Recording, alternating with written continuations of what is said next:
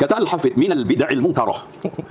Termasuk bid'ah munkarah, ma uhditsa fi hadzal zaman, yang ada di dalam zaman ini.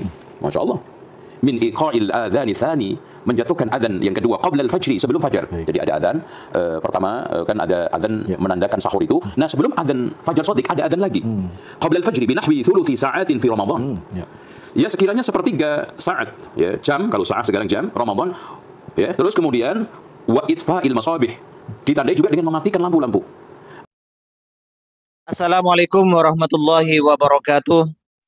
Alhamdulillahirabbil alamin, wassalatu wassalamu ala sayidina Muhammadin asyrafil mursalin wa ala alihi wa sahbihi ajmain, amma ba'du. Pak Dr. Zainal Abidin live. Sudah live-nya itu satu arah, tapi itu sebenarnya bukan live tadi malam ya. Itu sudah live yang berjadwal. Kenapa? Karena di potongan-potongan video yang disebar selama ini ya seperti itu. Artinya tadi malam itu bisa saja Pak Zainal Abidin sudah minum kopi, duduk-duduk sambil nunggu videonya, menonton videonya sendiri. Artinya bukan live sebagaimana kita kenal siaran langsung, enggak. Itu sudah rekaman, live, dijadwalkan tayang pada Jumat 31 jam sekian. Itu. Nah, saya tunggu-tunggu, barangkali ada ibarat pendukung bahwa Al-Hafidh Ibnu Hajar Al-Asqalani ini telah membid'ahkan, benar-benar membid'ahkan imsakiyah, praktek imsak yang terjadi di Indonesia ini. Ternyata Al-Hafidh Ibnu Hajar Al-Asqalani tidak. Cuman ini akibat beliau itu tidak ada koneksi antara pemahaman beliau dengan kitab yang beliau baca sendiri, alias not connected. Tidak nyambung. Pak Dr. Zainal Abidin, Anda pamir-pamir kitab, Anda kira orang NU, santri-santri NU, itu makanan santri-santri NU, Pak, biasa seperti itu.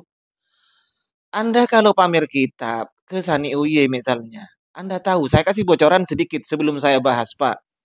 Kusani Uye itu sampai sekarang masih ada di markas Bahsul Masail Pondok Pesantren Zainul Hasan Genggong, Pak. Anda mau cari kitab apa di sana? Kalau di saya kan cuman pustaka pribadi ini. Kalau di Kusani Uye itu markasnya sampai sekarang beliau itu sebagai pimpinan lembaga Bahsul Masail di situ, Pak, di Probolinggo ya. Salah alamat ente. Yang Anda baca adalah kitab Fathul Bari. Fathul Bari di saya ini cetakan Darul Kutub Ilmiah juz kelima. Oke.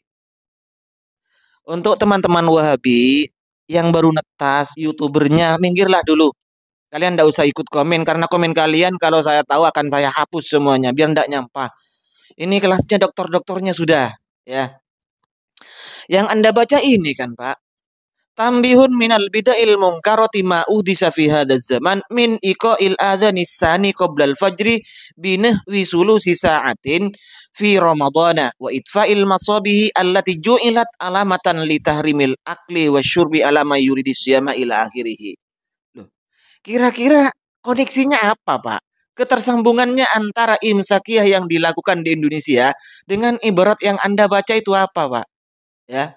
Anda kan, ini yang saya tunggu ya, Anda ngajak ngopi, oke, nanti saya bahas ngopinya Anda itu. Termasuk bid'ah mungkaroh, apa yang uhdisa diada-adakan pada zaman ini, zaman beliau Ibnu Hajar Al-Asqalani. Ma uhdisa, sesuatu yang diada-adakan, apa tafsirannya?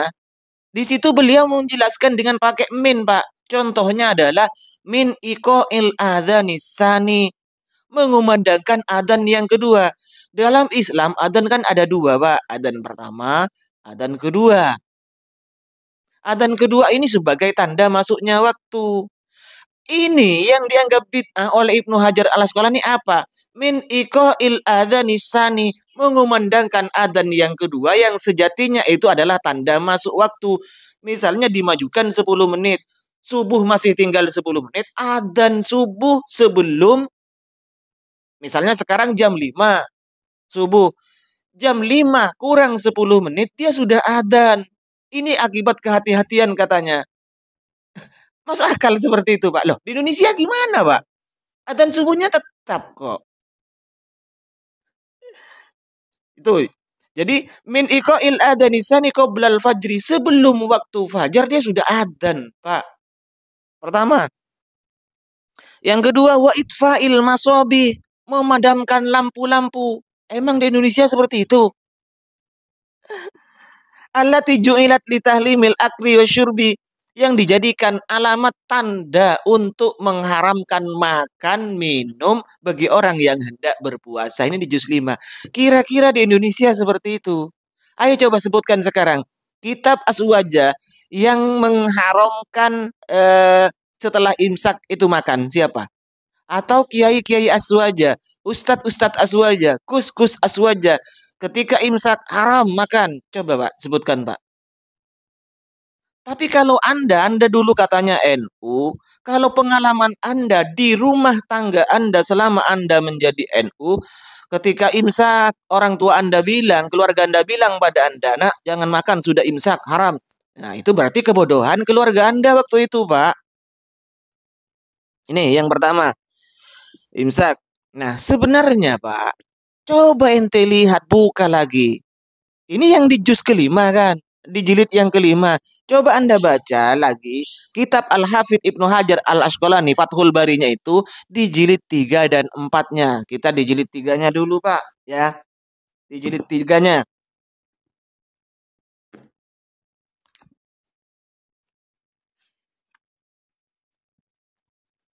Di jilid 3-nya, Al-Hafidh Ibnu Hajar Al-Asqalani di dalam Sahih Bukhari-nya ini kemudian dikomentari oleh beliau, Haddatsana Amr bin Asim qala ila akhirih anna Zaid bin Thabit haddatsahu annahum tasahharu ma'an Nabi sallallahu alaihi wasallam, bahwa para sahabat sahur bersama Nabi. Ini sahur bersama. Summa qamu ila sholati, kemudian setelah sahur mereka Nabi dan para sahabat ini berdiri untuk melaksanakan sholat, yakni sholat subuh.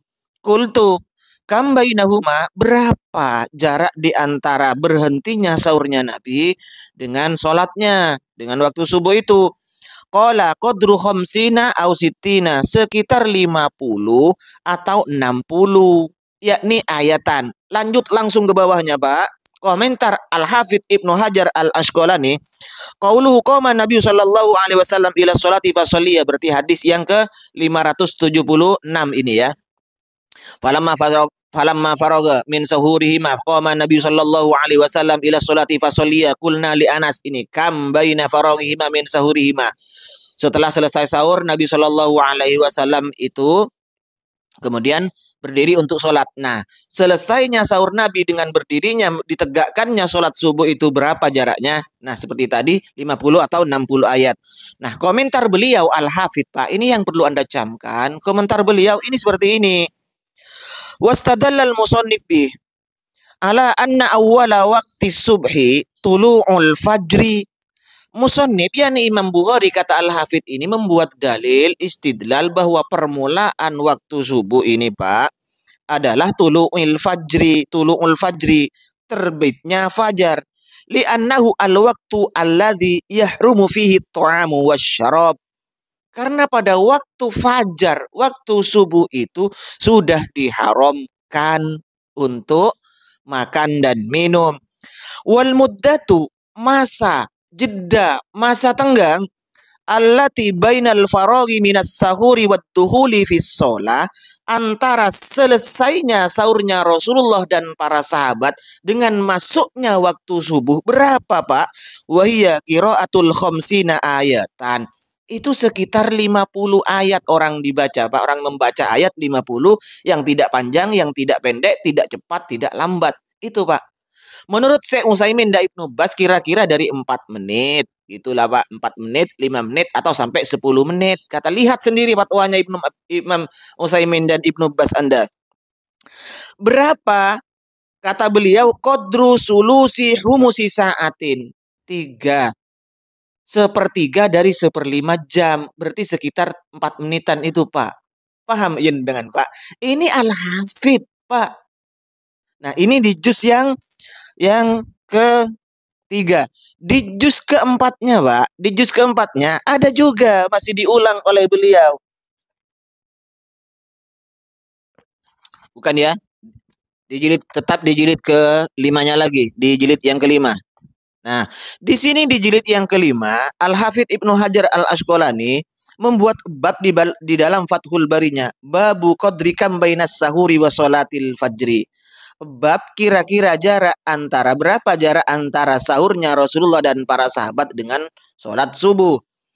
Sama dengan dari Said bin Sabit itu tasharna ma'an Nabi sallallahu alaihi wasallam summa qama ila sholati qultu kam kana bainal adani was sahuri, berapa jarak antara adzan dan sahurnya Rasulullah, maka qala qadru khamsina ayatan, ukuran 50 ayat. Di belakang ini dijelaskan oleh beliau Al-Hafidz Ibnu Hajar Al-Asqalani, ukuran 50 ayat itu ayat yang sedang-sedang, tidak panjang, tidak pendek, tidak cepat, tidak lambat dibacanya, Pak, begitu.